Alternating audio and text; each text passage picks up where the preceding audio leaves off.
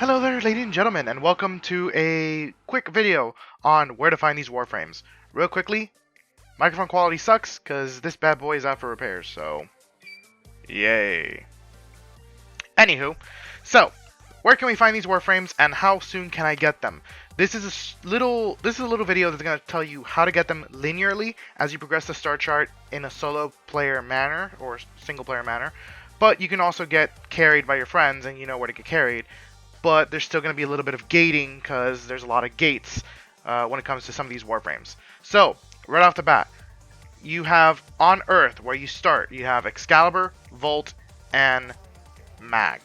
I'll show you where to get all these Warframes if you did not pick the other two, but still, let's get my face out of the way and let's show you where these guys are. So, aside from the starters, here on Earth, you can get Gara. You can get Gara on Cetus. But Gara is a little hard because you will need a bunch of resources that you have a little bit of a time gate on for Cetus, and there is a lot of difficulty spikes for a brand new player. It is possible, but just know that it's going to be very hard. Aside from that, you have Vauban available from the get-go, but you need to do Nightwave, and Nightwave is a bunch of challenges, and again, it's a little gated because of the difficulty, but they're completely doable, and you can have friends carry you to do most of these challenges that are relatively easy, at least for your level. Aside from this, you can also go to the Derelict to find Nekros. To get to the Derelict, you need to go to the marketplace, to the market console, and buy the Derelict keys, and progress through there, get some crafting materials there in the Derelict to get to the Derelict assassination, and at the assassination, you fight the boss, and bada bing bada boom, you got Nekros. Again, you can have a high level player carry you to all of this, or straight to the boss, but this is how a single player would be able to do this. Aside from that, you can go straight to Venus, which is your first unlocked section past Earth.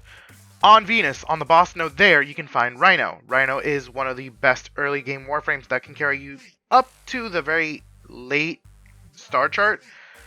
And depending on how you've obtained your mods and all that, he can carry you to endgame relatively. And at that point, it's just a whole other nightmare. So back on point, back on track. Aside from Rhino, you can also get Garuda. Garuda is available on Fortuna. But just like Gara, this requires a bunch of resources that you need to have access to that is time gated based on your level, based on your progression. But it is doable, but just very, very hard. And there is still some difficulty spikes based on the bounties, but you can still get carried on those. So Garuda is another doable, but hard at this point in the game. Next, you can progress into Mercury. On Mercury, you can kind of get nothing except the Kubrow quest. The Kubrows are very interesting little pets if you want to play with those, and you need to obtain the Kubrows in order to get the Kavats, which you can get Kavats over back in the Derelict. Aside from that, you double back to Earth. Nothing really new here, but you can progress into Mars now. When you unlock Mars, you can actually obtain Excalibur at the boss node here. Excalibur being one of the main 3 starter Warframes, just in case you did not pick him at the beginning, this is where you would obtain him if you want to go experiment with the other starter. This is also the point in time where you unlock the Sands of Inaros questline, which is a little bit of a time-gated questline based on the availability of Barrow-Katir. If Barrow-Katir is available when you unlock Mars, you can pretty much buy his quest right out the gate for a bit of ducats, and you already have the Void segment unlocked to obtain ducats, and it's a little bit of a grind and a little bit of working for, but Inaros is available only when you have the quest on sale from Barrow-Katir. When you unlock Mars, you also unlock the ability to go into Archwing. That lets you go back to Earth and actually go do the Earth boss to do and obtain Hydroid. This is a little bit of a hard fight for new players, but again, you can have a high-level player, a veteran, or a clanmate, or any other mix of words to just carry you through the content if they're not toxic, and you can obtain Hydroid. Going back to Mars, you can progress now to Phobos. On Phobos, you can get the other starter frame, Mag. Mag is available here from the boss fight, and that's pretty much it here. Also, you unlock access to the Void, where you can obtain Argon Crystal that may be used in other Warframes and weapons down the line.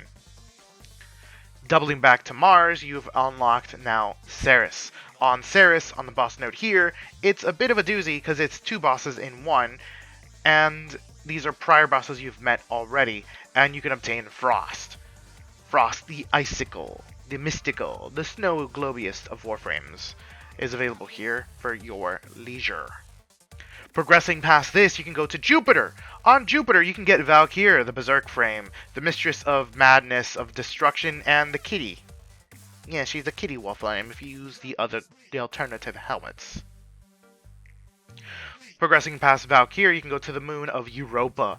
On Europa, you can obtain Nova. You unlock the quest line to obtain Limbo on the Limbo Theorem.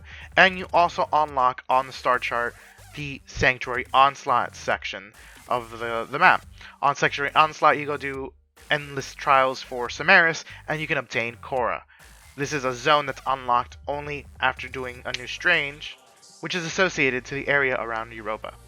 Doubling back to Jupiter, we can go back and actually progress to Saturn. On Saturn, you can obtain Ember from the boss node here. Progressing past Saturn, you can go to Uranus. On Uranus, you have a bit of a grind because you're obtaining 2 Warframes, which is actually 1 Warframe.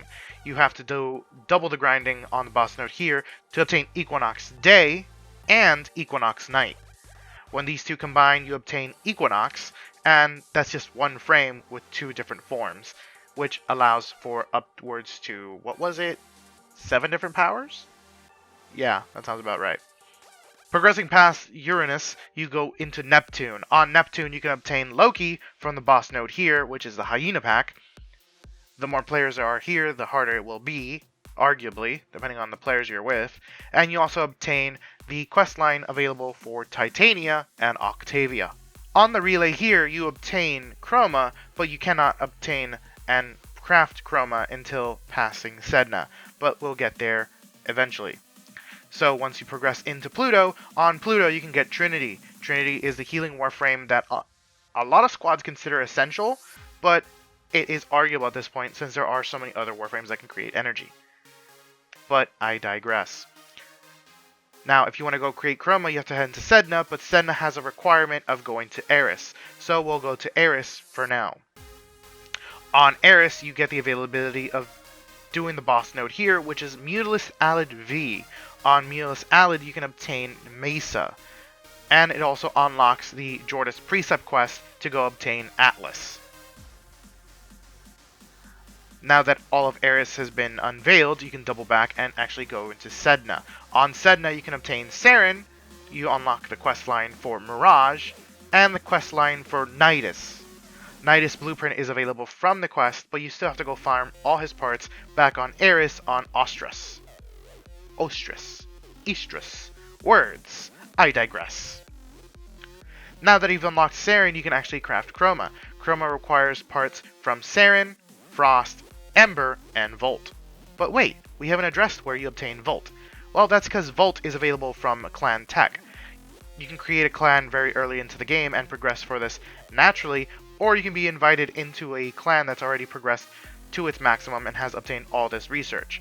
On the Clan Tech research, you can actually obtain 5 different warframes, one of them being Volt, which is a starter and also a crafting requirement for Chroma, and also we obtain Banshee, Zephyr, and the Chinese frames Wukong and Neja.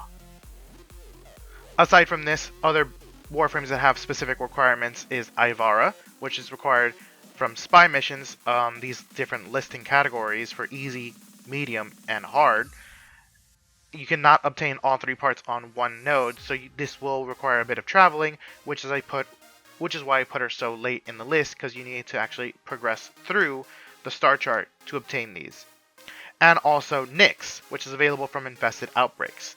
Most likely progressing through the system, you've noticed that infested can actually take over different nodes and progress throughout the nodes. If the infested actually make it to a boss node, you actually get to fight forward the infested boss for that outbreak. And when you farm forward, all normal boss drops and boss fights have been replaced with a forward boss fight, and all the drops for the warframes in that area are replaced with Nyx.